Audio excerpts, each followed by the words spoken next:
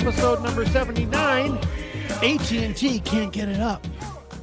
Recorded live Sunday, February 25th, 2024, live from iTechGear Central. As I said, I'm Christopher Spera, the editor-in-chief over at iTechGear.org, and back from the dead with his dulcet tones, the former contributing editor over at Gear Diary and Pocket Now, and of course, here at iTechGear.org, Mr. Chris Gavula. How are you feeling, sir?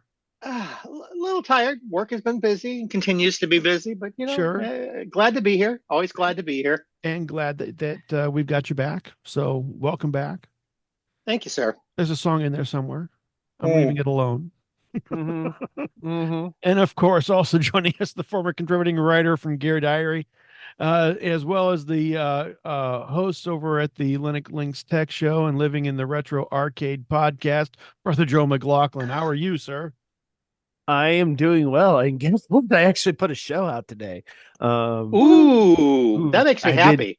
The top, well, not listed in order, but the top 10 worst game controllers of all time. Ooh, that entertains me a lot. I want to listen to that one. The Power Glove. It's so bad. Oh, geez. Did I say that? How bad is it? Oops. You have to listen to a show to find out. It was horrible. But and then you had Intel developing game controllers that look like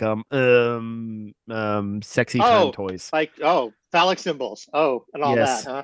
Yeah. Yeah. So but yeah, that'll be fun. And next week it will be the top 10 greatest controllers, which technically one of mine is on both lists, and that's the Atari CX-24, which is the original Atari joystick. You know what? Great that when thing it's is great. still a class, but you know what? They were so easy to replace; it didn't matter. And repair. I love that device. That was a great device. Yes, so it was great in that when it worked great. But it was easy to break. So not surprised. Yeah. But also joining us this week, the former co-owner over at WUGNET Publications, Dr. Mr. Larry McJunkin. How are you, sir? I am just fine. Apparently, though, here in East Tennessee, we're in some sort of state of Mother Nature flux or something. It's like 65 one day, 25 the next. Yeah, back to here 70. too. The weather has just been absolutely this is crazy. I mean, we planted a bunch of new shrubs and plants last fall, and I got a feeling they may not all make it, but yeah. Hey, that's better than I can say for AT&T, who can't even keep it up. Oh man, don't even start with me and AT&T. This week, and I know it has been absolutely crazy for a lot of AT&T folks. AT&T, for those that, for whatever reason you may have been living under a rock, AT&T's network was down for a few days, and it was, from what I understand, a few days? No, it wasn't a few days. It was a few hours. A few hours. No, few long hours. Yeah. No, from what I understand, out over here in the Chicago Western burbs, it was down for like a day and a half. Okay. Well, it could be spotty areas, but overall, from the nationwide perspective, it was only a few hours. All right. Right. Well, and I will say, it was somewhat nationwide, but then immediately when I heard of it, since I have a line on Verizon and on AT&T, I tried both and didn't have a problem with either. And yes, I made sure to turn Wi-Fi off. But I'm also gonna say before, because we want to drive into what it is and what happened and all that kind of thing. But I will tell you that from a personal perspective, it happened because it happened in the middle of the day when I was working. I didn't even notice it, and by the time I caught the story, my phone was fine. So odd as it is, so that's how I know it's only a few hours. I will say 2 nights ago I had a Comcast / Xfinity outage that lasted about an hour. So, but we don't talk about that one. No. And it really kind of makes me wonder if what you guys are saying is truly accurate about the rest of the nation. Because, like I said, out over here, I have extended married family, if you will, that are out over here and they were down, like all that first day and then like half of the next day. All right. So My Interesting. neighbor's AT&T. He was out nearly all day, probably Yeah. 7 hours. yeah. Wow. So if it was really that bad, now they were saying that this was really, from what I understand, this was a bad release process or, Yeah. some sort of a bad code related release process or some sort of DevOps / release management related issue. All right. Yeah, It I was think Mhm. you're right. not a cyber attack of Well, and any remember, kind. these are pushed out across multiple devices, so it ends up being kind of a Right. cascading thing. So the repair is a cascading thing. So it certainly is possible, and not without the realm of possibility that certain people, had a window that's longer than other people Sure. for the outage. Definitely possible. Right. But for the way that this was getting coverage, I mean, you would have thought that The world ended. the world Well, ended, cats and dogs, got married, mass hysteria, the whole thing, right? Yes, don't drive angry, Phil. Yeah, thank you. that's right. So Uh-huh. yeah, I get So it. I get it. I mean, the way that this thing got coverage, I mean, oh my God, you would have thought that we had actually gotten invaded. All right. That this was, the raising, raising dawn sort of, or kind of Well, thing where yeah. Cuba and everybody else ran out of food, and all of a sudden, United Well, States is getting invaded. And and we've talked about this every time we get a power grid issue, because yes, those things tend to trip and cascade as well in a yes, similar way. And I think what I would hope, and what doesn't always seem to happen, unfortunately, I right, would hope that we would learn from this about how vulnerable certain systems can Yeah. be, and we would do something to make them less vulnerable.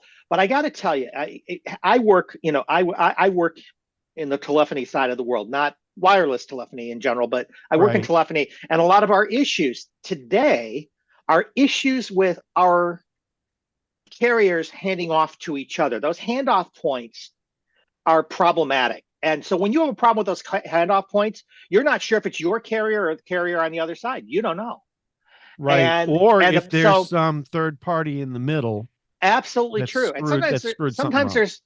it's Bob's telephone company run out of his garage that these lines are passing Absolutely. through. You don't know that. You don't know what it is, Mhm. and you don't know the path it's taking, and that's good Right. and it's bad. But the Well, and we problem with that actually is, have 1988, AT&T in yeah, 1984 to thank for that. So, we do. But the Mhm. reality is, the infrastructure has challenges. The internet has challenges. The power grid has challenges. They're all built on similar kinds of structures in a lot of ways, I totally and agree. at least in terms of information flow, things being up, things being down, pushing code out, having issues, that kind of Absolutely. stuff. And we need to do better. We as not just as a country, but as our service providers need to do better, and we need to hold their feet to the fire. And I think shows like what we're doing here and the articles that were out there, yes, they were a little bit, I'm going to call them hyperbolic, Yes. and a little out there. Hyper's a good word. Hyper. Yeah. Well, A little. as you all know, when this was first reported, the early reports were basically saying everybody was out and there was an attack of some sort, or they weren't sure. Right. That was what because what was Right. happening is people couldn't call each other because those Right. interchanges weren't working. And Right. so, yes, Verizon didn't have the issue, T-Mobile didn't have the issue, but they did because they couldn't talk to people who were on or passed through Right. AT&T circuits. If there were Right. shared circuits, they had an issue. Right. So, And there is a major internet backbone that is owned and operated by mhm, AT&T. mhm, And I wouldn't absolutely believe, true. I would not be surprised rather if that backbone was out as part of it, and most of the internet down on, one side of the country. I don't have any confirmation of that either way, but I No. wouldn't have been surprised if that was the case. So folks like us, we often, not every time, but Chris, you and I are in this ballpark where we have Sure. devices on multiple carriers. Right. We own devices on multiple carriers. So Mhm. we're not generally blown out of the water if one carrier has an issue. No. But this should be a wake up call. Not that we ever learn from this, but it should be a wake up call that says, hey, we need to pressure our carriers to do better for us. We Well, really it's do. not so much that is that we need to do whatever we know where the Yeah, we vulnerabilities do. in those key pieces of infrastructure are. Why are we not hardening them? Right. Well, Why are we not going out and saying, you know what, this because area you know why? of the One power answer. grid in this One area answer. of the Can country? you guys guess what that answer is? There's one answer to that question. Money. Money. Yeah. It costs money. So That's here, it. because That's yeah, it. I mean, Well, your money isn't going to be worth shit if Right. the I company agree. collapses because you didn't spend it to harden those pieces of the infrastructure, and the company or the country collapses. Okay. I'm gonna go a step further though, and why are we letting ourselves become so utterly dependent on these things that the world seems to crash down when it's down? I remember mentioning that's like, yes. I'm going on a hike in the middle of the Right. woods in August for 20 miles in 8 hours. You better believe I know I'm not going to have cell phone coverage, and my maps are going to be downloaded onto my phone because I know I'm not going to have cell phone coverage. You guys have heard me talk about this before. Right. We are so dependent and assuming. I've had this argument with some of you guys before. We are not ubiquitous. Service is not ubiquitous. You cannot assume that it is or it will be, or that it's always going to be, because this is a perfect example. It was down, guys. If you rely on Google Maps and you don't have anything local downloaded, you're screwed. Yep. Sorry. Exactly. I do the same thing. I have on my phone, I have nav apps with downloaded maps that have nothing to do with requiring the internet to function. Right. I do that. Take a step further. Take a step further. Paper. Carry some paper. Paper. That's a good idea. But in my case, it's a trail map that I want. So trail map isn't in Google Maps. True. That's absolutely in All true. Trails. All Trails has a subscription for $35 a year, and I'm going to pay for it because I need it. But again, that's only good if you can download the map and not just have to use it live. It's right, and you got to. That's got to be an option. Mm-hmm. But it's not just maps. It's not just maps. It's a lot of data that we rely on. This is why I always say, guys, if you're going to do, it's great to rely on clouds, for your backup, but you better also have local copies because this shit happens. Well, I'll tell you one thing. They could have mitigated this a lot quicker if they could have Al Gore right off the bat. Well, he did invent it, right? So he knew. No, I get it. I totally get it. And I'm citing two links here in the show notes. Sure. There, one is basically the reason why or what was going on, the issue, covered by ZDNet, and then there's also another one from MSN, indicating that AT&T is going to give everybody $5. Yeah, I got an email on that from them today. Yeah. Did you get your $5? Yeah. Okay. So I have like 10 or 12 lines, over $300 a month, and they're giving me $5 back. Really? Woohoo. Yeah, right. Yeah, kiss my lines. Yeah, yes, thank you.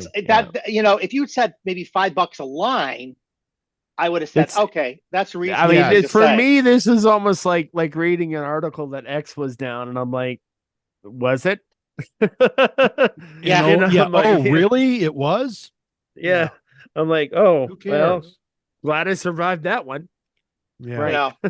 So these things are challenges, guys, and I think I agree with Joel. You really have to make sure that your other resources are lined up, just in case things happen, because they're going to happen. They're going to happen, and we don't need an attack for this stuff to happen. Agreed. Stuff is just going to happen. We've seen, I was talking to people who work. There's a whole move, especially in the telecom world, to push everything up into the cloud now, further and further. Get it off premise and get it up in the cloud. But then there's also this other movement that's been starting where people are pulling stuff back out of the cloud. And guess why they're doing it? Because the cloud is not ubiquitous. Because we watch services like AWS burp all the time. Azure burps all the time. These things happen. It's yes, there's a reliability and there's failover, but that failover didn't cause you not to burp. You still burped. Right. It's not ubiquitous. Plus, and in some cases, depending on who you are, it is very biased depending on what kind of service you're trying to get. So politically or otherwise, so I mean that's a huge reason why you may not want to depend on big tech to do things for you. Or have your it's own fallback. Well, Right. have your own fallbacks. Yeah, I've always said this too. You also need to have, if you have the resources and whatnot, you want to have multiple sources for everything and multiple resources for things. You want to have multiple ways of covering yourself in case stuff happens. You don't ever depend or rely on one thing like that. That'll get you every time. And granted, Right. it doesn't happen often, but that But- one time might just be when you really need it. Well, that's just Right. it, Larry. You're absolutely right. This is not an everyday problem. You're right. Once every year, once every few years, that's still enough. You should still have protections.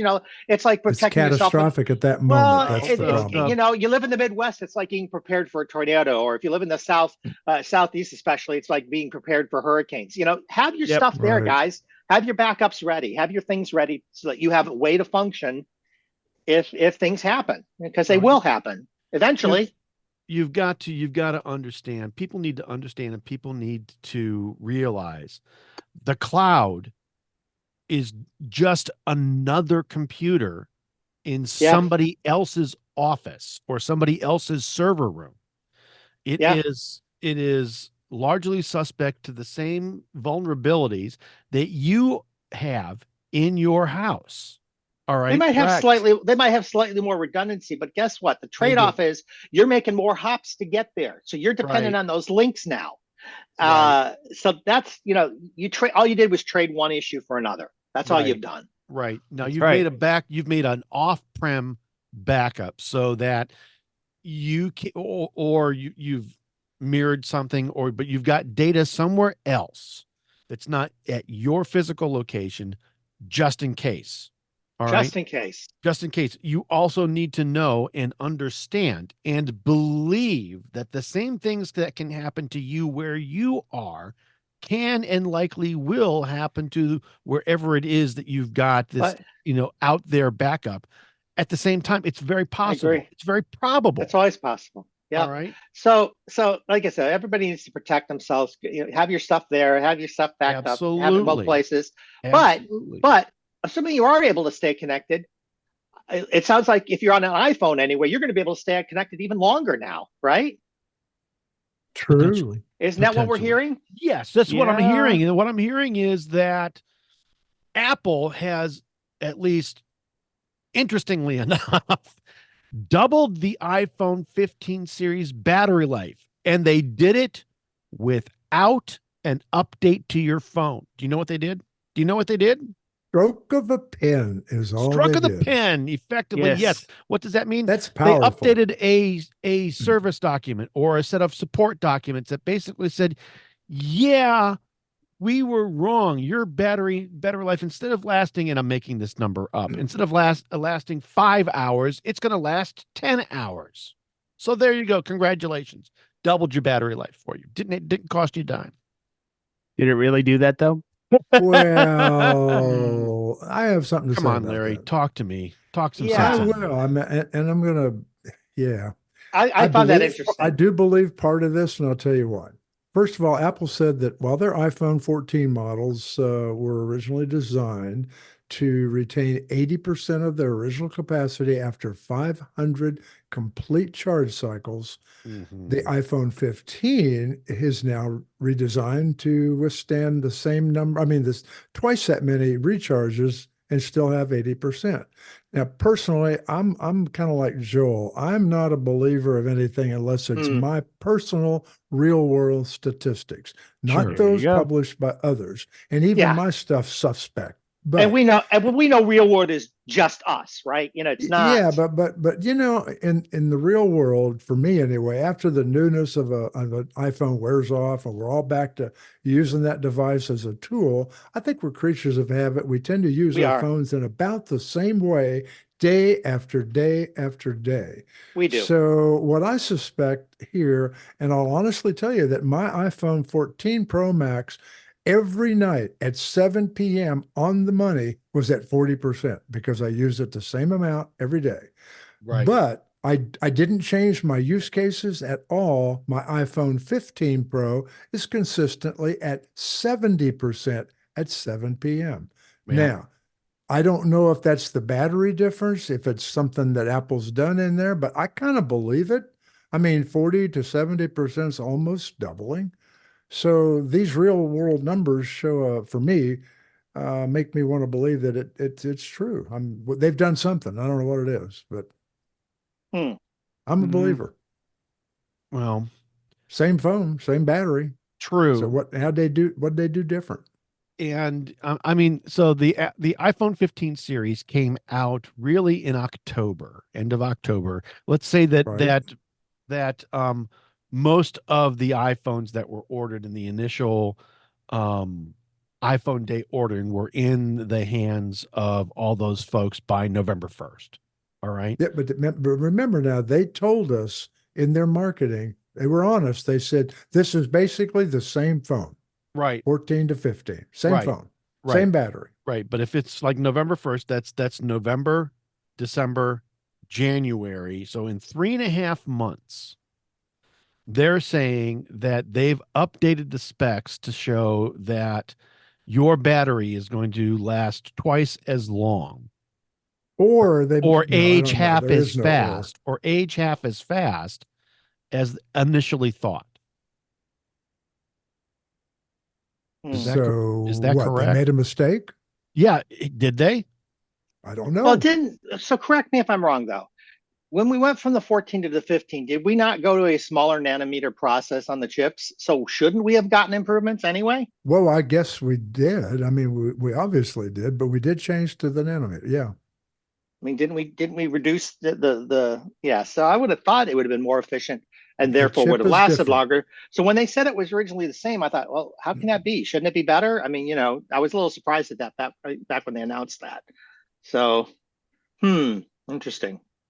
Always interesting stuff. It is. It is. It's You know not what else? earth-shattering, but it is interesting. Yes, and speaking of shatteringly interesting, Shatteringly interesting. shatteringly interesting. But ow! That just hurt. That just Thank you. hurt. Since Thank I you. know where you're going, I can tell you that it hurts even in advance. Yes, thank you. You know what I heard recently, and what I've noticed, I've read an article or two on this, is that the Vision Pro visors are cracking for no apparent reason. So there's some pressure. Yeah. Well, but to be fair, we don't really know what volume of people because everybody's quoting the same Reddit Sure. references, so it's hard to say what that really looks like. Right. But Right. I've had some of this stuff It's happen Bendgate. It's Bendgate. Yes. or antenna gate. Right. So people are sticking their Well- Vision Pro visors in their back pocket. Well, the that Vision what Pro, you're the Vision Pro needed its Bendgate moment or antenna gate moment, and here it comes. Here it so is. here you go. Mhm. Oh boy. So So I don't know what this really looks like. I mean, the Reddit articles apparently were about a dozen. mhm. So I sold thousands. Oh, what does that look like? I don't know. It's always the most vocal people, so you don't really know what this looks like. Hopefully, we'll get some better numbers on what this really looks like. You know what it Apple's never probably going to tell is? us. What it probably is just a handful of people who went past their 14-day return period with Apple, and they're pissed because they couldn't return this thing. So they threw it against the wall and it cracked. End of story. There you go. Then they went on Reddit, of course, to tell the world. I don't know. It could also be some early manufacturing things. It could be, there's a lot of things could be going on here. We don't really know. It could be. We don't know. Yeah. But what I think it's interesting if they are in fact just out of nowhere succumbing to some level of stress fracture. I would find that very interesting because True. I would be very, very afraid to handle my $4,000 goggles. Right. Well, I would be more afraid if Apple wouldn't replace them, but I'm guessing they are. I would. You gotta hope bet they would be somewhere doing before they something. ever release this thing that they had elephants stomping on it. I just can't for QA. I don't know. I can't No. believe it. Well, and it's only the front screen, right? It's right, not the right. internal one. So it's like you can still Yeah. use it. It's just not going to have the eyesight stuff working. I'm with you. Not that it worked well to begin with, begin but, with, you know, but, you know. yeah. I'm I not don't- saying I that. don't know. I'm not trying to dismiss it as not a No, problem. It's a problem. important. No, It's no, important. And no. again, for the people that are having this problem, clearly it's an issue for them. I mean, there's no question it is. Right. Right. But what I always question with these stories, all of these stories, is that, okay, what does this really look like? Is this an epidemic kind of problem? Is this really just a handful of people who are very vocal? What is this? What does this look like? And Mhm. so because the media gets hyper, especially when it's Apple, they get hyper before we really know anything, and this happens every time.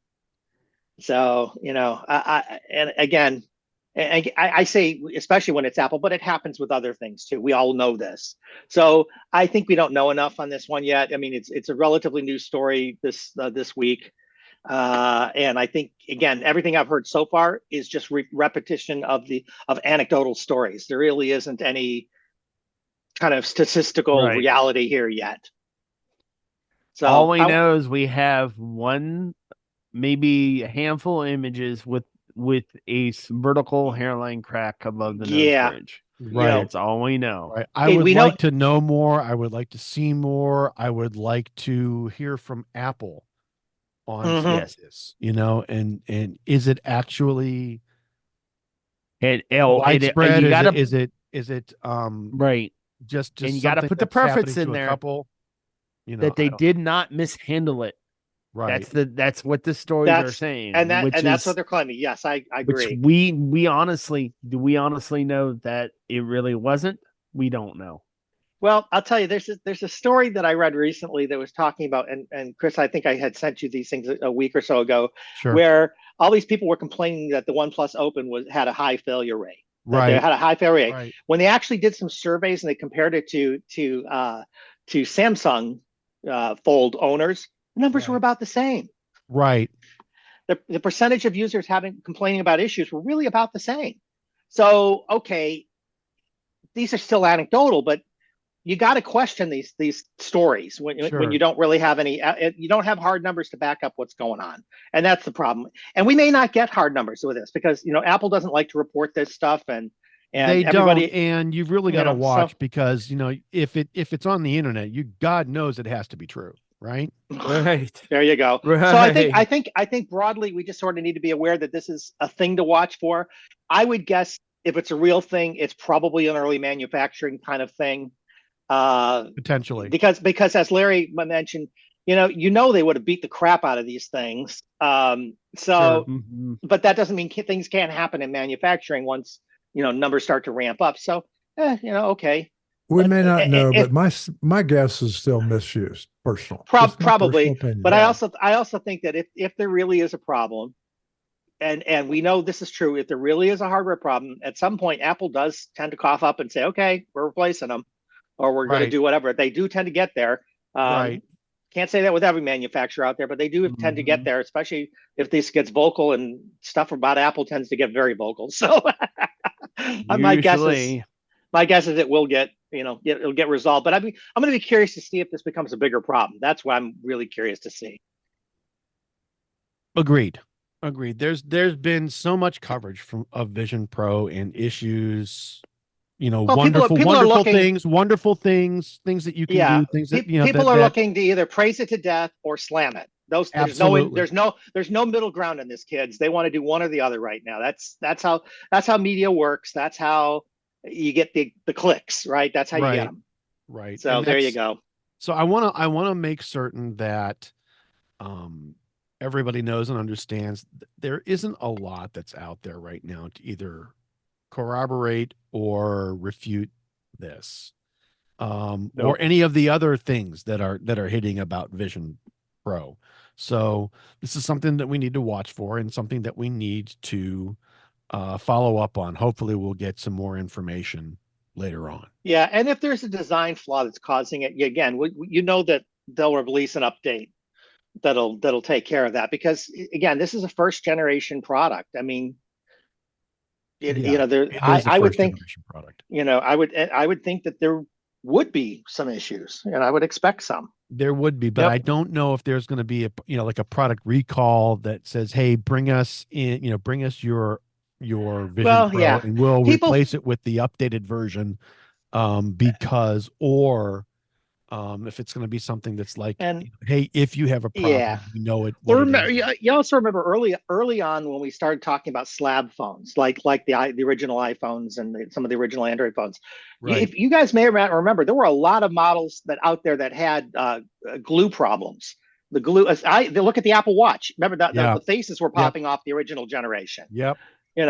So okay, that's not good. I'm not saying that's okay, but as long as they're willing to replace it, I'm going, okay, fine. You're replacing it. Good. Right. I don't have a problem as long as you're stepping up to the plate on it. Right. If you're denying it, I have a problem. Sure. Right. Yeah. That's when I have a problem. Until then, okay, these things happen. I got it. Yeah. Yeah. And we'll have to wait and see what happens with it. So Yeah, you got So, that. yeah. You got that So- right. So I want to go ahead though and move us now to our mobile Linux segment. You And do. I do.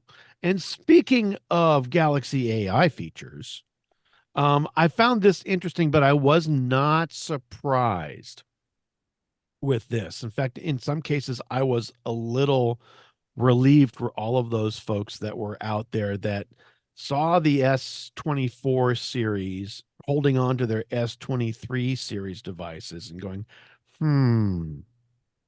what do I do? The Galaxy AI features are going to be coming to some older generation phones, some existing phones. And I think that's kind of interesting.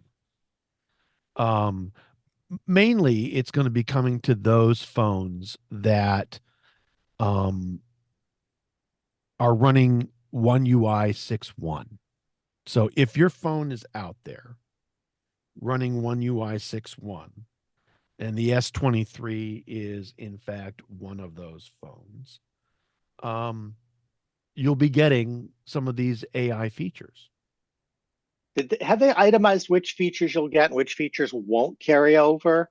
And along those lines, and this would apply to the S24 as well, since we've been told that the S24 features, and it's not clear which features or how, will start requiring a subscription in 2 years. Is the same thing going to apply to these older devices, or are they just not applying those particular features? Don't know. Those are all questions I have when I go forward, and I haven't seen them answered yet. So yeah. Right. So, but if you've got an Galaxy S23 series device, a 23 FE, Galaxy Z Fold, Z Flip, Z Fold 5, a Z Flip 5, the Tab 9, the Tab 9, S9, the Tab S9 Plus, and the Tab S9 Ultra, then you're in luck. Those are the ones that are running One UI 6.1, and those are the phones that are going to get the Galaxy AI features. Chris, I have a question. Let me ask this from actually a different point of view. What if you are a Galaxy, I don't know, fan person, and you want to get a new S24, but you don't want the AI features? How pervasive are they? How much in the face are they on that phone? Can you turn them off? Can you use the phone without them? Are they tethered? What's the deal there? That is a really great question. With some of these features are integrated into what those apps that are affected are. As an example, the translate features. All right. If I want to, great example. You're visiting a foreign country. That they do this on the commercial, and I believe it is like Thai or Siamese, or it's not. What do they call Siam now? It's not Siam anymore. Not sure.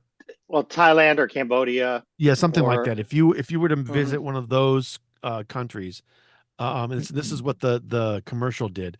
The guy is having a text-based conversation with a taxi or an Uber driver, and he's speaking English into the microphone, and it translates into a text that is spoken to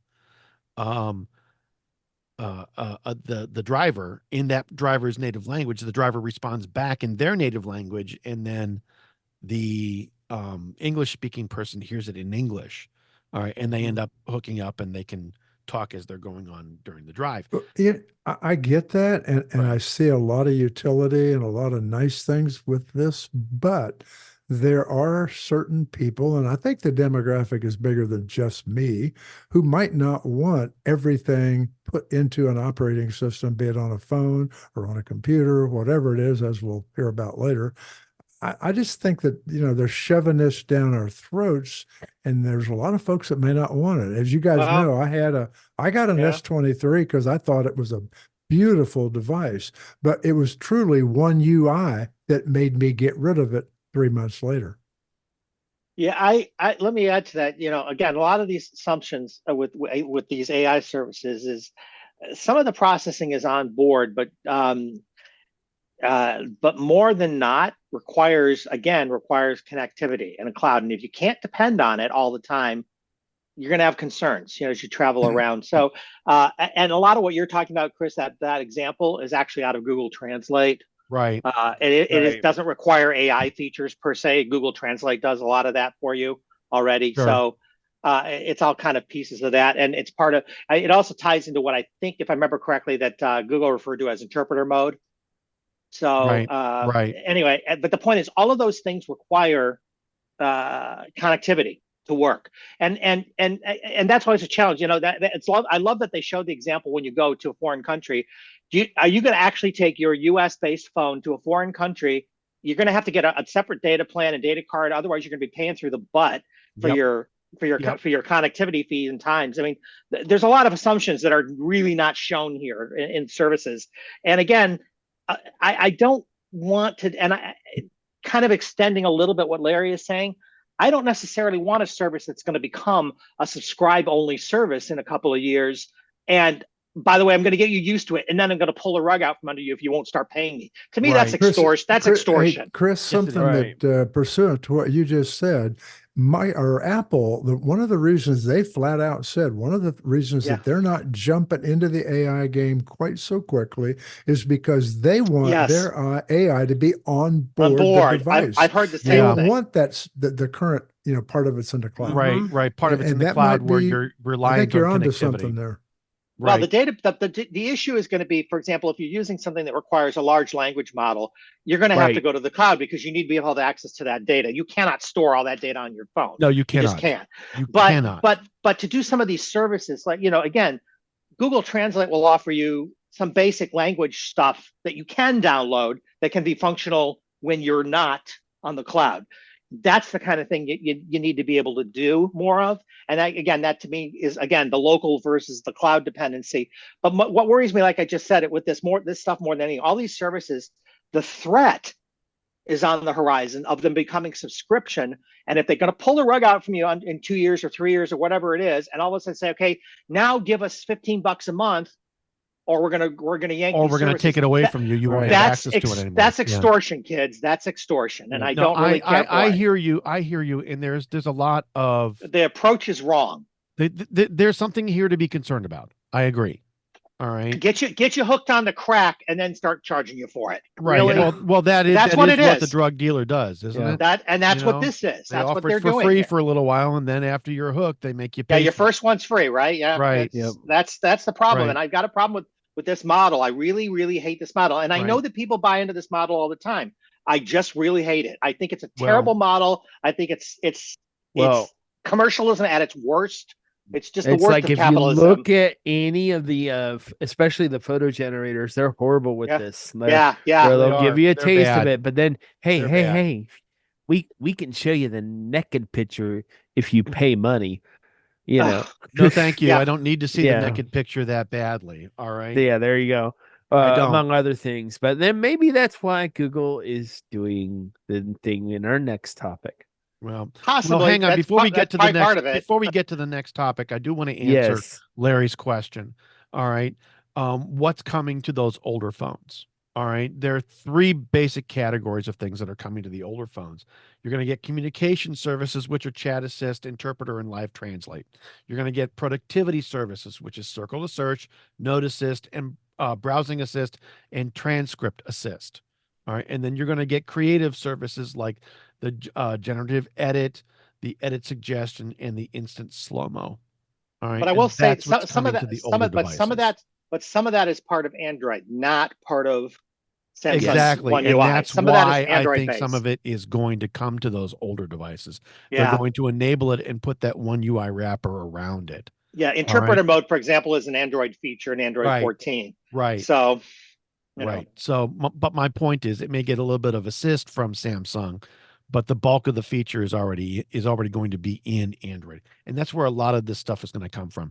Those things that are all or partially there, and Samsung is either going to put a One UI 6.1 spin on it, or they're going to add just enough to it. But that does kind of lead us into our next story, doesn't it? It does. Doesn't it? It does. It really does. It does. Google has announced Gemma, right? What is that, Joel? And Gemma's what I used to call my grandmother. No. Yes. Yeah. When you were little. Thank you. Yeah. Gemma, how you are. Go ahead. Gemma is a laptop-friendly open language model. So basically, it's an API slash set of tools so that you can write AI tools and things on your own laptop. So you do not rely on the cloud. I also add another link to that too, because NVIDIA has also gone through and packed a lot of this up with the fact that Gemma is optimized to run on NVIDIA GPUs. So, of course. So it's the TensorRT large language model running on NVIDIA AI platforms. So, which is RTX AI. But this is NVIDIA trying to not be destroyed by the upcoming ARM-based computers. Right. Could be. We'll because they'll have NPUs built in. So, considering that 490, stay relevant. Considering their 490 supers are basically unobtainium. If you can get one, you're paying $700 or $800. Which or I think more. is ridiculous for what it is. Yeah. But there you go. You're right. But then again, this is why it's like when the 3080s were out. Yeah. They started to become hard to find because of cryptocurrency. So true enough. So now is this just the next thing that's gonna drive NVIDIA profits higher? But among other things. But it's an interesting true. development. It's an interesting development, and the question here though is, what does it take to do that? I've actually started looking into it a little bit, and I'm still lost, but that's just me, but hopefully I don't really have anything I want to do in AI, and I think that's part of the problem, but as I don't really have one in there yet. But it's still a lot of ways. It's still a solution looking for a problem, isn't it? In a lot of ways. In some ways, yeah. I mean, for all we know, AI might be the next Clip It. I mean, at this point, we don't know. It really right. can be. But we need to let it evolve with, as we've said many times, some bumpers. Yeah, with some bumpers. Yes, bumpers, and the bumpers have to be not just not put political. in place, and not political, and because otherwise you're gonna have biases built into these things, political or you're always gonna have biases or whatever.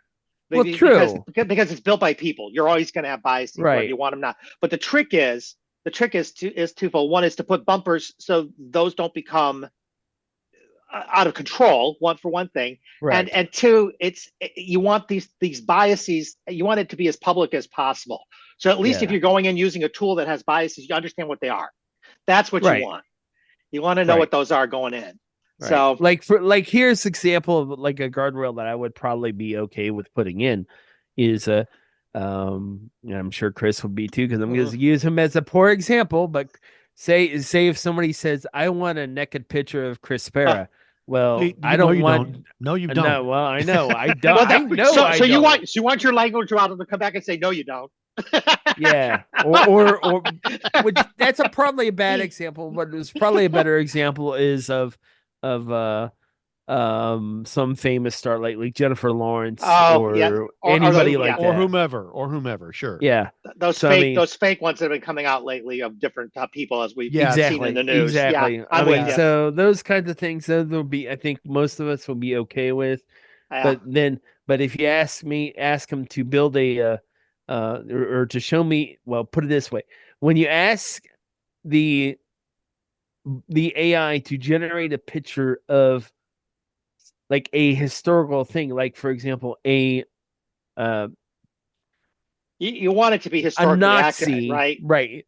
Yeah, if you're asking for a picture of a Nazi, then it should be a white guy, right? Because that's what they were. Historically, that's what they were. Aryan, right? Right, correct.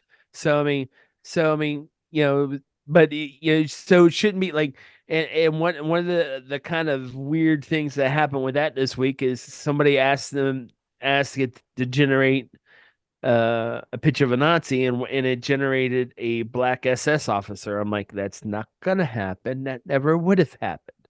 So I mean, that's where the guardrails can fall off the wagon. I know you're Yeah. trying to make But your historical results accuracy is historical accuracy. Right? exactly. So it's not If- like you're asking it to generate. I mean, if you're specifically asking for that, yeah, fine, give them that.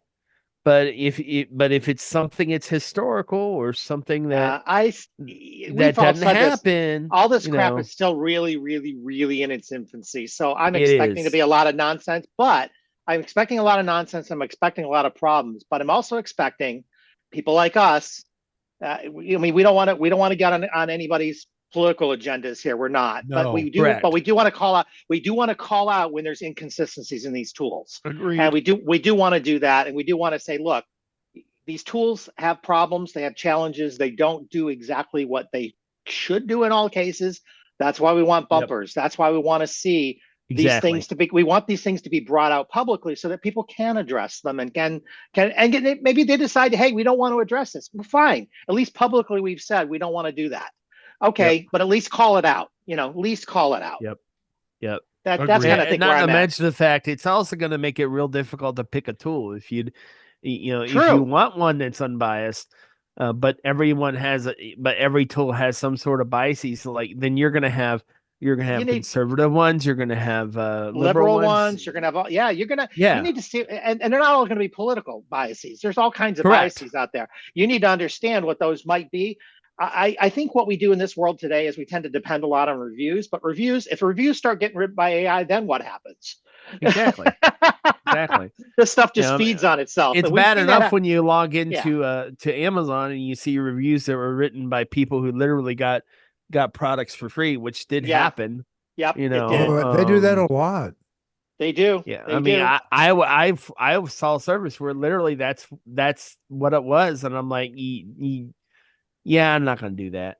Yeah, you I'm with you on that. So we have to be So, very like, careful.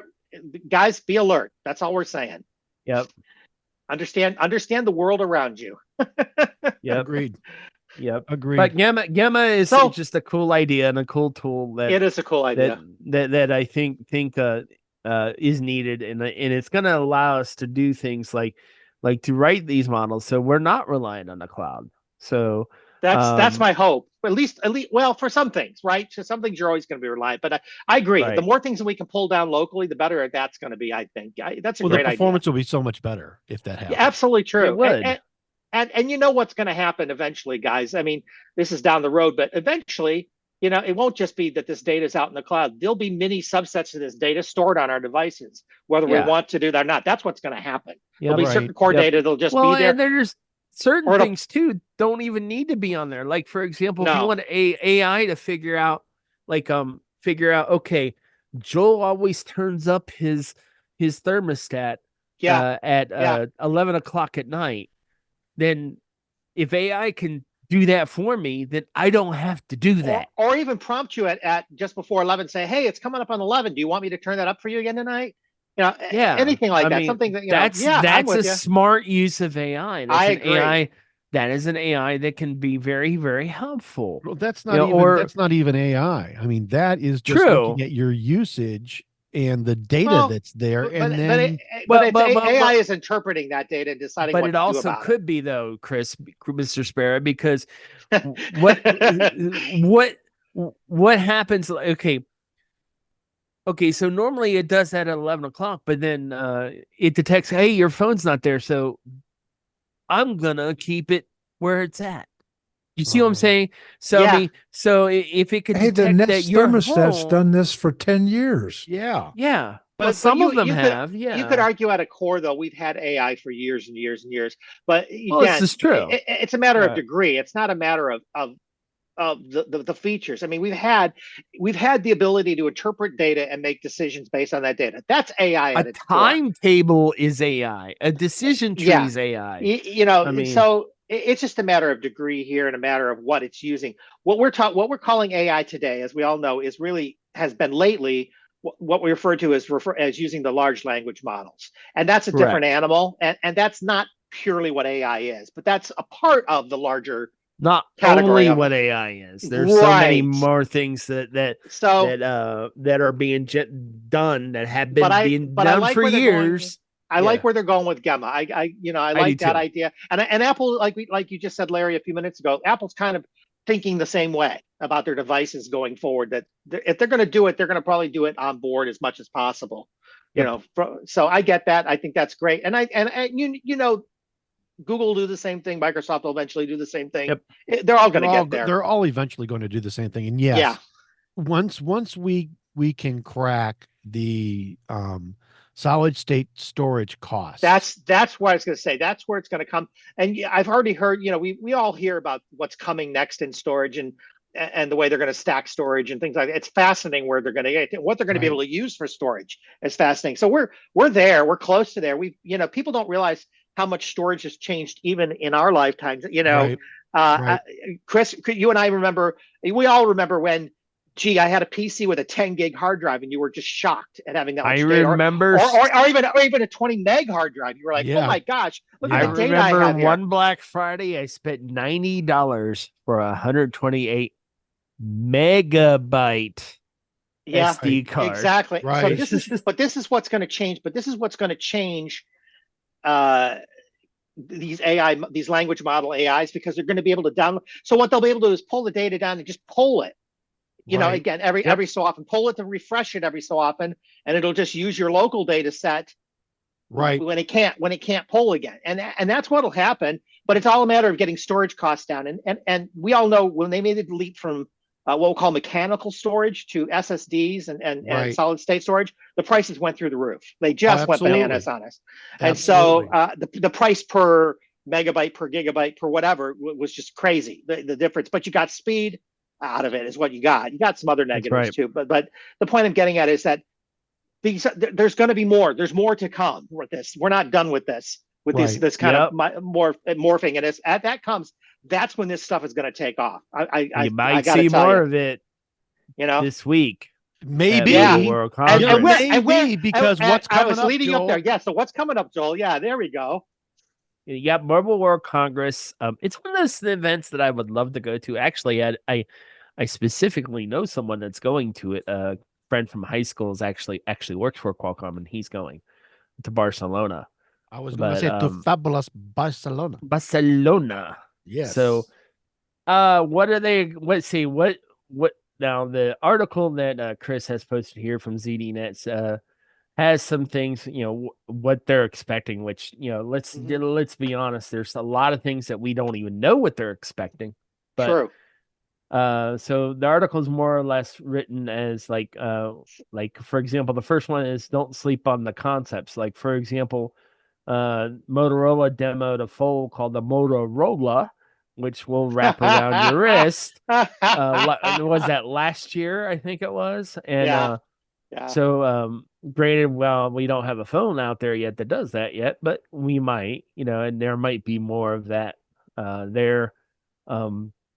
Competition coming from Eastern countries like China with the Xiaomi phones and other phones like the Nothing phones. So there'll probably be some more of that. More Yes, wearables they're right, expecting a lot. right, With right. the One of the things that you were just sort of talking about, right, a company called Techno is going to be demoing something that they're calling the Phantom Ultimate, which is exactly. a rollable screen console, sort of a lot like the Motorola Razr Yes. or the the one that scrollable phone that kind of grew, right? Yep. And that'll be interesting. Yep. So And and other wearables too, like the Galaxy Ring, I guess is supposed to be officially announced at sure, MWC next week, or this week, I should say. XR glasses and VR headsets as well. Apple is, and MetaQuest has done a lot to help make that a bigger thing now. So Yeah. some of the things I'm not so sure about are like transparent laptops. Okay, whatever. It's those are those clever. transparent Well, screens. Yeah, I think, yeah, I'm not sure I care Yeah. about transparent laptops, but I do like what I've seen about the larger, what I would call the larger transparent screens. So in other words, Right. think store displays, things like Yeah, that, yeah, guys. yeah. That's Yeah. public kind of billboardy things. That's what I'm thinking of, and I think that's where the future and a lot of that may lie. But that's an Yep. interesting concept, interesting technology. It's a very interesting technology. Yep. Great. So we'll see. I I'd The big love players. to get excited about this stuff, but honestly, it's like uh anything there is going to be more concepts in Mhm. things that might come in I this in the know, next a lot of the year. big players are going to be there, even the ones that have already announced their products, kind of for now, Yep. but they're going to be there. So you never know what else they might show us. They've done it before. Yep. sure. Yep. So like I keep hearing one other rumor I heard, which that won't happen at Mobile World Congress, but I saw another rumor this week talking about Apple doing a ring, which I'm like, I've been reading about that as Yeah. well, but of course, Apple doesn't generally show up at these things. No, they don't. So, who knows? Who knows what that looks So, like? Right, right. But we'll have to wait and see. This is something that I want to I wonder if all of Samsung will show their ring. Yeah. right, that's what they're right. saying. But a lot of us here So- have a huge background in mobile, and We this is do. something that I want us to keep an eye on, and we will probably go ahead and have something related to this on the next show after Oh, good. Mobile World Congress is over. So Yep. just to go ahead and see maybe what some of the cool fun things that came out of it Yep. might be.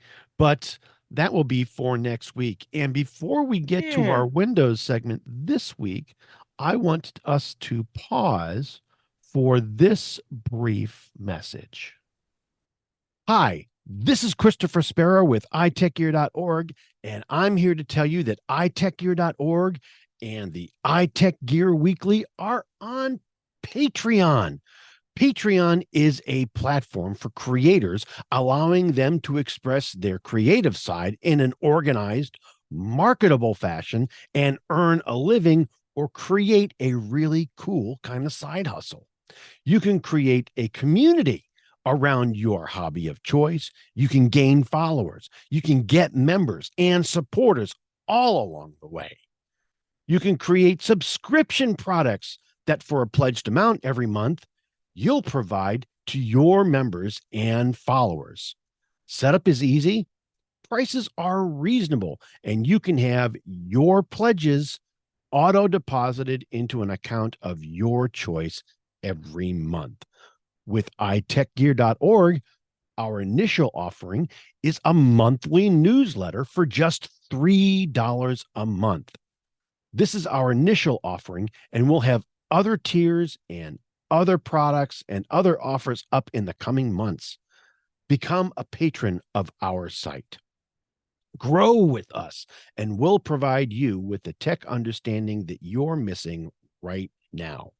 Join us on Patreon at www.patreon.com/iTechGear. That's www.patreon.com/iTechGear.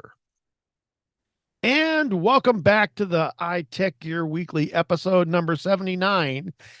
AT&T can't get it up. And I want to move us to our Windows segment. And this is something that Larry, you had kind of kicked off a day or so ago for us, and I thought it was really very interesting. Something we're calling Dear Microsoft. What is up with that, Larry? I This is laugh Larry trying only to kiss because, Microsoft's butt. that was my cohorts on this show know that sometimes I'll spin up on something and I'll send a rant email out, and that's what I did earlier. No, Oh no! Sometimes. not you, Larry. Earlier this week, I sent them a little Larry, email that Larry, started take that with, back because we know you're good at that. yeah. But And I said, Dear Microsoft, even though you're not my primary operating system, I am getting really close to dumping you, along with your shameless shoving of Copilot down my throat. So here's what really happened. I was just finally getting around to adding all the latest Windows updates and associated updates, 23H2 and everything that came with it, to my primary Windows machine, which is truly not. I'm a Mac person, but I do have a Windows machine. So when it's all done, I'm looking at this huge, ugly Copilot icon to the right of my system tray, of all places. Sure. Previously, this ugly icon was a little smaller, and it was to the left side of my taskbar, and I could do with it what I wanted. And I wasn't okay at all with it being there, but it still looked better there than it did where it was now. So fortunately, it took me a few minutes, but if you don't find Copilot useful or you just want to remove it, you can. Simply right-click on your taskbar, select taskbar settings, then uncheck Copilot at the top of the list. That's it. You're done. And consider that our PSA of the day. Yes. Yeah. But you know what? I honestly think this is just a small part of a much bigger story, in that Microsoft just continues to push Copilot concept onto users. They're trying to shoehorn the technology into every single crevice of their software and hardware lineups. But why? So I had a couple hours, so I wanted to find out. So I did a little bit of digging, and by using one of my phone a friend options, I was quite enlightened. I won't say this is gospel, but I'll say it's a lot more than I knew before the phone call. I believe that now that the why is because Microsoft truly, in their corporate hearts, they believe that Copilot is every bit as good as they're saying it is. Inside their campuses, they are forcing their employees to use it. They believe Copilot actually helps all their junior engineers and analysts, just as if they had some coach sitting beside them, guiding them through all this learning phase of their new roles. And for their senior folks, they feel it's like helping them get past what would have been otherwise impossible hurdles in reaching their potential. So they truly believe this. And for those who don't know, they also have a Copilot Studio, and Studio is what they're shoehorning, or we'll say integrating, into Microsoft 365 to extend. This will help extend the technologies, Copilot technology, into all aspects of their business. They're not going to stop. You're going to see them try to put this into CRM and ERP, everything. It's going to be branded Copilot. So I think we might as well get used to it. They're not going to back down. They really aren't going to do it. Let me add something that you're going to find interesting. You're going to find interesting in the sense, because you've heard me say over and over again, I am a fan of the Microsoft Office suite compared to other Office suites that are out there. I like the products in general, but they've done a number of moves with it lately. This kind of thing being one of it. Even though I actually have a Microsoft 365 subscription, I am still forced to see ads in my Outlook because of the way that they've staggered and the way that they're authenticating that doesn't work the way it should. Things like that are starting to annoy the crap out of me that they never used to do. And this is one of many things, as you've said, Larry, that they believe that they're doing the right thing here. They really think this is the way to milk us. They really do. But I got to tell you, I am a hair's breadth of just dropping all of their crap and looking for another answer to the question, because I really don't like where they're going. I'm okay right now. I can survive right now, but I'm not liking the trajectory here. And if they don't change that trajectory, I'm going to if be they ever gone get from their to- stuff. If they ever get to the point where you can't disengage these things from Office or from Yeah. Microsoft 365, that's when I'm gone. Yeah, to me, like I said, it's not just the OS, it's all of their product suite. I'm starting to get really, really pissed off with these changes. So, you know, and I'm a long-term user of both, you know, Mac OS and of Windows, and I think a lot of us are. And the reality is, Microsoft. we understand the limitations of all these OSs. We understand the challenges of all these OSs, and we, you know, made our peace with the different things. But this is going beyond it. They're going out of their way to make things. You know, when tools start actually making my work harder or my life harder, I don't want to deal with it. If I have to dig through layers to get the things done that I want to get done, I don't want any piece of that. You know, I'm done with that. I don't want to have to go, you know what, layer after layer after layer of menu and or options to get what I need. You know, and in Office suites, I'm not thrilled with Google's Workspace Office either. Their stuff either. You know what I'd really like to see? I'd like to actually see Apple release their product suite for other platforms. That's what I'd like to see. Happen. It's probably not going to it's happen either not. for a lot of reasons. We all agree. I understand that, but I actually like the way that their products work. They're very clean. They're simple. They're my God. They're not overloaded. They're not overloaded with crap. Is wonderful. You know, but again, without that being on all these platforms, it makes it harder for me to use it. So I think again, let's see where they go with this. You know, maybe people will backlash enough on this stuff that they'll at least offer you ways to toggle it out. I think it's good today. We said, look, you can get out of Copilot off your taskbar. Here's how you get out of it. We've told people how to do that today. There's a lot of things like this coming up, guys. And I will point out too that when Copilot, when they first started putting it into the betas, you couldn't disable it. They actually added that later. They initially didn't have that. You couldn't do that at first. People complained and they put that in there. Well, yeah. What are they complaining about? Why wouldn't they want it? Why is it so bad? Exactly. Why do I have to take it? Well, because you're forcing it on me. You're making me drink that. You're forcing this Kool-Aid down my throat, and I don't want it. Right. Well, and that's, you know, they're saying that but by them putting these AI powered things, we'll call them, into the products, and all the prompts that you, the user, get from these tools are going to help you figure out what you really need. In other words, they're telling you what you need, and that's BS. I don't need them to tell me what I need. I feel like you remember a number of years ago when the movie This Is Spinal Tap came out. They had their album cover called "Smell the Glove," and they had the glove shoved in this woman's face, and she was down on all fours, and they couldn't understand why this was offensive or problematic for them. Well, guys, I feel like Microsoft is shoving the glove in our face here, and they don't understand why we don't like that, why we find that offensive, and I kind of feel like they're not getting why this is problematic. And they're probably going to keep going down this path, is my guess. Agreed. But because like you said, they fully believe this is the right answer, and I'm like, this is an answer that's going to make you a little more money in the short run. In the long run, I think you're going to alienate more and more people. And if you look at Windows, just Windows, not even talk about Office, but if you look at Microsoft Windows, you know, just a few short years ago, they had like 95% of the desktop OS market. Now they're down in the 60s. Okay. True. They don't have that market share anymore. So there's a reason they don't have the market share. Do they not see that this trend has, because they've been doing these little things for a long time, adding these kinds of kinks into their, Windows 11 did a lot of things that people didn't like, threw it in your faces. It looks good on the surface, but they threw a lot of stuff at you that people didn't necessarily want. And took away things that you did want.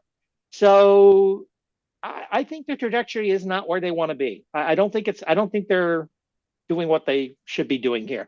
But they're making their money. But they're making their money in the cloud right now. They're not making their money on the desktop OS. So that's true. But as you said earlier, those of us who were around for Windows 3.0 and 95, we knew, this is not the same Microsoft today. This is not the same Microsoft. Very true. But let me point out, like I just said, they're not making their money on the desktop OS. They're making it in their cloud and on their Azure and things like that. So guess what this OS is doing? Where is it driving you? To the cloud. Of course, because that's where the money is. Absolutely. So follow the money, kids. Follow the money. But it's just a bad choice. And I think what the trick is going to be for them is, are they going to increase their profits enough to cover for the people that they lose in this transit, and that's where we're going to see. We're going to see what happens. But I have a feeling if they keep this up, they're going to become a niche OS. They're not going to be mainstream OS anymore. That would be a major change in the but market. but we've already seen a huge percentage drop in their prominence on the desktop. It wouldn't take that much more. It wouldn't take that much more for them to become a minority. They don't have to go that much further. They're on 80 some odd % of the desktops out there today. But again, their market share dropped from the 90s to the 60s. So they're not selling new. I heard was in the 60s. They're not. Yeah, they're not selling new desktops. They're not pushing the way they think they are. The numbers aren't there. And it's not always Mac. I mean, a lot of folks will assume, well, I agree. Windows, you're on Mac OS, but hey, Ubuntu is a very. I was going to say that's a major development for Linux. Well, yes, Mac OS does have Mac OS probably does have the number 2 desktop thing, but I would agree with what Joel said. It's not all about them. It's about all the especially not in the tech businesses that they can go there and get away with it. Well, but and again, if you're moving a lawyer's office or a doctor's office, you're moving them from Windows. There's only one solution: a Mac. Period. That's it. But not necessarily on the desktop. I would on the desktop. I would say that's true. I would also say though in the small server space. Oh, of course. It's again, they're losing ground there too to Linux. Linux has definitely taken over in the small server space. Well, and even on the desktop, they're losing it to Linux too, because let's face it, Chrome OS is Linux based, folks. As we speak, Linux powers. So is Android if you get right down to it. Yeah, right now Linux is powering over 70% of the corporate websites in America. Right now, it is. It absolutely is, and it has been for years. So, but what I'm getting at is, Windows doesn't have the clout that it used to have, so they're looking for other ways to get revenue, and that's what I see them doing here. That's all I see them doing here. So, here we go. And the party goes on. And speaking of the party going on, of organizations making major changes to what they want to do and how they want to do it, apparently, of all people, Walmart, Wally World is tired of just being a superstore. What the hell? Yeah. So what kicked this off? I mean, where is this coming from?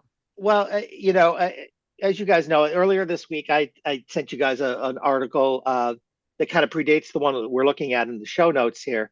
Right. That basically said Walmart is buying Vizio. Now, for those of you who don't know, Vizio is an electronics manufacturer that primarily sells cheap-ass TVs. That's what they do. And they there's sell a reason very affordable. They sell very affordable TVs, and Walmart does have a great deal of them in their stores. And there's a reason that they're cheap, and they're cheap because they collect and sell your data.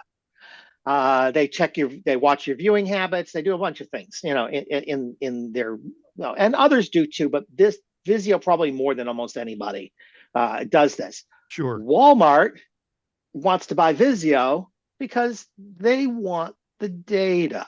And they want access to the data, and they want access to the markets. It's not about the product so much. It's not about getting into manufacturing. It's about getting into that data, and there's a lot of value in that data. There's a lot of financial value in that data, and they see that again, like everybody else. Services and selling data is a big way to make money, and they understand that. So it's all about digital advertising, and they want to get into digital advertising more. It's all about all those kinds of things. Because here's what happens. They're already in it anyway. But so here's what's happening in products like Vizio, and you see it in things like Roku's now. You didn't used to, but you see it in Roku's now. They'll pop up advertising for things before you do things. I find that offensive. Again, I understand it. I understand that's part of what makes the product cheaper. I get all that. And I would rather pay more for the product than have to put up with that. But It is But you're what it not the is. majority. That's the I'm problem. not the majority. Well, but Larry, I think you're right. No, I'm you're not. not. You're really not. You really But aren't. but I think the problem is the majority doesn't know any better. I don't think they They may understand. well not, but the majority, the guy out there making 40 grand flipping burgers, he Yeah. really can't afford that LG OLED, but he can afford that Vizio. And Yeah, it but is a that doesn't TV. mean that it's right to Nope, make nope. him I take agree with this. that. I I mean, agree with it's that. the same thing as they talk about with food deserts. The problem Right. is if all you got is a dollar store in your neighborhood because nothing else survives there, then you're eating crap all day. Your health is going to suck, and that has a whole bunch of other things that come out of that. To me, this is what it's doing to people as well. This is a similar kind of problem. We're gonna prey on you because you can't afford to do any better. Well, this kind of idea that's not kind of right. started. Well, I was gonna Well, say it's this not so idea much preying on you as they're going to take advantage of the situation that Well, they're right taking advantage that of you people, are in. which This is they're the same people, basically doing what Amazon has been doing for years. Yeah, they are. Considering that you can buy a Kindle with advertising Well, for but here's the cheaper difference. than That's a one good point. without. And I wanted to go there for a minute, Joel, because at least with Amazon, I have the choice to buy the product with or without. Absolutely true. With Vizio, I do not have a choice. Right. And I will say this. This may also warrant. Oh wait, hold on a second. No, the ads are still there. I thought I found a way to completely turn off the ads. I have a Roku TV in my office. Yeah. And the main interface doesn't have the ad, but if I scroll to the right, there's the ad for Stars on the Roku channel. So for Downton Abbey, which Ted never watched that in the first place.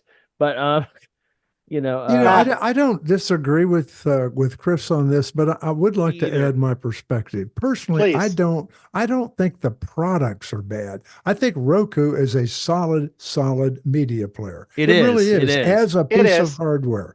That's I agree. The problem. The problem's the people at the helm of these companies who develop these devices. But here's a newsflash. No one's ever going to stop these companies from providing free solutions where you and your information are the price of free, period. Yep. It's not going to happen. Well, I don't Google's like been it doing either. that for how long? Oh my God, Google started this. Yeah, I still like Google though. Right. Come on. Google went ahead and made us the product back in 1990, blah, blah, blah. Right. But Google, I will say this much: as I dislike that Google does that, Google has been very open and honest about the fact that that's what they're doing. They bought Android in the first place to be able to collect data. They kind of said that way back They when. did. That's why they got into the business, and they were very open about that's why we're getting into that business. Right. They've never been. I wouldn't. I mean, they've been deceptive in terms of saying they weren't going to collect when they did. They've done that a couple of times, but in general, the trend and the way that they've gone has been, they've been very clear about what they're trying to do. They've been very clear about that. They're But an Vizio, advertising company, and they're going to collect data. But a company and like either sell Vizio it or use it to but sell a company you like something Vizio, else. a company like Vizio, a company like Roku hasn't been as clear as to what they've done. They've just kind of slid it in the back door because Roku didn't used to have that stuff. They added it later. They were originally just a product, that was sold on the market. And this is why I will own things like an Apple TV, because I don't have to see that crap. No. It is what it is, I guess. But you're right, Larry. There's always going to be people for whom this benefits. But I think the problem I have with it isn't that it exists. My problem with it is they're not open and honest about what they're doing here, and that's what bothers me. They're not, and people buying into it don't understand what they've done. That they're selling their data. A lot of them don't understand that their data is even being tracked. No, they don't. They really. And maybe that's they what should be bothers me. forced to put disclaimers on the box. That says, we do that with food that's potentially harmful to you. Why don't we do that with data? Why don't we make it clear that your data is being TV, but bend over? We're starting to do that. We're starting to do that kind of stuff in app stores where they have to tell you what permissions they're going to ask for. They have to ask you for permission. Apple pioneered that. Maybe we need to, force this down some of these products to say, don't give me a legalese kind of thing to agree to when I start up. Make it clear what you're asking me for. What are you asking me for? We have to do it in clear language, like food labels. They're insisting that they become clearer and clearer. Maybe we need to do that just to give people the information. Not. I don't want to regulate it any further because God knows when we get government involved, it gets worse. But I do want to see these things more public, more open. Stop hiding. Be honest about Agreed. what you're doing. Just be honest about what you're Agreed. doing. Just in very plain language, help me to understand what I'm getting out of this. With And this what you're product. getting, what you Right. as a company are getting from Right. them, What am price. I getting for giving you my information? And what are you exactly asking me? What data Right. are you taking from me? What are you collecting from me? And what are I you wanna going to know. do with it? Yes. And what are you going to do with it? And maybe even put a dollar sign on it. Say, hey, you're buying a $199 TV that normally would cost you $299, but that other $100 is because we're going to advertise in it. And I'll give Amazon credit in the sense that, like Joel said, they release a Kindle with ads and Kindles without ads. And there's a clear dollar differentiation, and they'll say, hey, you want the ads to go away? Pay this and they'll go away. Okay. Yep.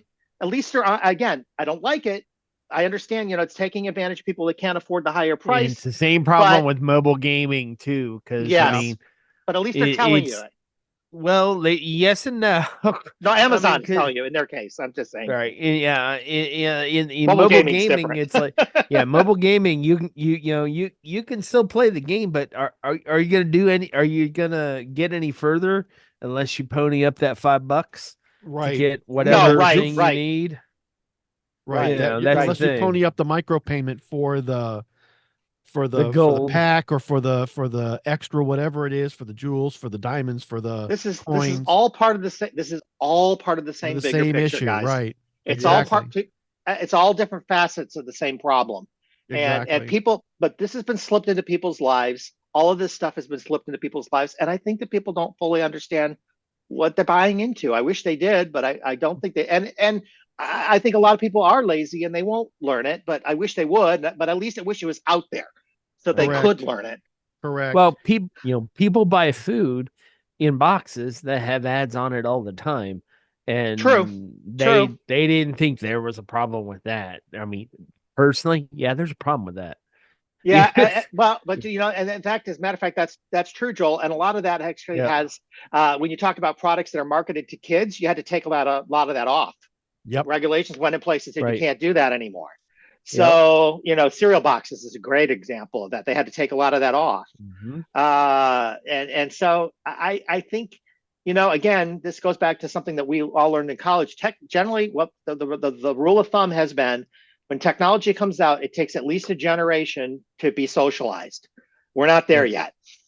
We haven't socialized this crap yet. So I agree. And that's it's problematic and it's disappointing, but what isn't as disappointing as it used to be? Windows updates. Yes. Yeah. Microsoft is willing to update your PC without necessarily forcing you to reboot. So they're going to add our crap without us having to reboot. Yes. Though it depends on what kind of thing you're talking about. If it's an actual OS patch, that's one thing. If you're going to force Copilot on me, that's another thing. Yeah. I'll give it to you, and I won't even tell you I'm doing it. This is actually, I think this is something that everybody can wholeheartedly agree is a great idea. Considering that, even now, depending on which Linux you're using, some Linux distributions, you can even update the kernel and not have to do a reboot. It depends on what you're talking about. So essentially, that's the same kind of thing that Windows is going to try to do here with this latest build. May no longer require a reboot when installing security updates every month. So, but the only time I think it might require that is if they have to update the Windows kernel. Right. So we'll see how that really pans out. Doing a Windows update without 1 to 5 reboots of your machine, I think is going to cause a whole bunch of people a lot of angst, at least in the beginning, going, did it really update? Did I get what I needed to get out of there this? you go. I didn't have to reboot my machine. So, a lot of people restarting anyway. Yeah, agreed. Yeah, sure enough. Just to make sure. Well, I think superficially it's a great idea. Again, we'll see how it actually implements. And as Joel kind of pointed out, I think there's always going to be some core level stuff. Right. Yep. I mean, you got to disrupt the service in order to replace it somehow. You've got to do Right. that. Yep. No, I agree. I know, for example, in Cisco world, what they often do on their servers is they have an active and an inactive partition. And when you have to do an update, you basically update the inactive partition to the current release with the data being synced between the active and inactive, so your Right. data stays up to date. Right. And then you basically do a flip. So there still is a burp, but it's a one flip. Right. And that's how they do it. So at some point, you have to do something like that. If you're doing it on a service level, if you're doing it on the whole OS level, you still have to do it somewhere, somehow. And so it's going to be interesting to see how they implement. Yeah, it really, I agree. I'm looking forward Yep. to this. I agree. Yep. So, and that, kids, is effectively the show. And I want to go ahead and I want to move us to our pick of the week segment. But before I do, I want to remind everybody that our show picks are typically hardware, software, and other items of interest that we have individually purchased and actually use, and that we like enough that we want to recommend them to you, our growing listener base. These aren't paid advertisements. These are not items that we have any kind of affiliated marketing relationship with. If they were, it would fall under the editorial policy at iTechGear.org, and we would have to disclose that up front. These are really things that we bring to you at the end of each show. Why? Because we like we you. like you. Absolutely. So, Joel, you've got the pick for this week. And what did you find, my friend? Okay. Well, what my pick this week is a very low tech kind of thing here. Low tech is cool. Well, let's face it, your devices aren't always going to be charged, and not to mention the fact sometimes you just don't want to deal with the on-screen keyboard to type in a note or to put in a phone number. Maybe you just need that phone number temporarily, whatever. And you're out and about, or like, for example, myself, who's going to be participating in a event called the Mammoth March here in August. Go, Joel. 20 miles in 8 hours. Yeah, I'm training right now. So There you anywho, go. say if it was out in that woods and I wanted to write something down, my phone can't connect to the internet, so the next best thing is the product of the week here, which is Field Notes. Now, Field Notes I've been kind of a fan of for quite a while. The particular item version of them, because there's many different versions of these things, is the Expedition 3-pack. So I got 3 of them, and I got one that's in my little kind of a kit that I have with some sunblock, maybe a Band-Aid or 2, and I'm using a fountain pen, but I think I'm going to buy a space pen for it because I want to get something that's a little bit more waterproof, which this paper is waterproof. Sure. So you could be out in a driving rainstorm on a hike, and you want to write a note down, and you could use a pencil with this as well. Haven't tried one, but like you can dig out your space pen, or even your fountain pen would work, but it will get a little smeary. Oh, that space pen will write in water. I've tried it. Exactly. Yeah, so you've got to have little something where the ink pen, the ink has to be waterproof as well, right, of course, to make it work, right? Right. Correct. Yeah, So this is excellent. But once you put the ink on here, it could rain on that piece of paper all day, and it's not going to smear. It's not going to go away. Sure. No runs, and no drips, no air. They're small enough that you can actually stick these in your hip pocket of your jeans. I love the idea. It's great. So no bend gate there. No, you could probably bend these too, and they'd be just fine. So, but I like the idea. I've always liked writing with a pen versus writing on my iPad. Much better than writing, like I said, writing with an iPad. So I got 2 more of these that I haven't wrote anything in yet. And they were a amazing price. You get a 3-pack for $14.95. The version that I have are 3.5 inches by 5.5, so about the size of a 3.5 inch card. that you used to write thing. But you can get them in all sorts of different, like there's ones set of 3. See, what's this one with Chicago on it? I'm going to their store here. Do they have other choices other than dot graphs? I'm assuming they have other choices. Yes, they do. They do have like you can probably get one with lines in it. Yeah. Or they also have them even smaller, or like the ones I have like a the outside kind of feels like the paper itself inside does, so Yeah. it kind of feels a little slick. But they have them also like if you want a craft paper colored cover on it, okay. you can get that, or you can get like they have a national park series. They have well, they have one here that, well, in the main image it says set of 3 and it says Chicago, but it doesn't. I guess that's just got the Chicago flag on it and the Portland flag. There's another one like that with that too. But so there's you can pick any kind of colors you want. There's even one that has a snowflake on the front cover if you want it. So I mean, but for $15 for 3 of them, they're all about that. And they're all. I don't think any of them are like as big as like a moleskin might get, like some of the medium-sized moleskins. They got pocket. Oh wait, they do have larger ones too.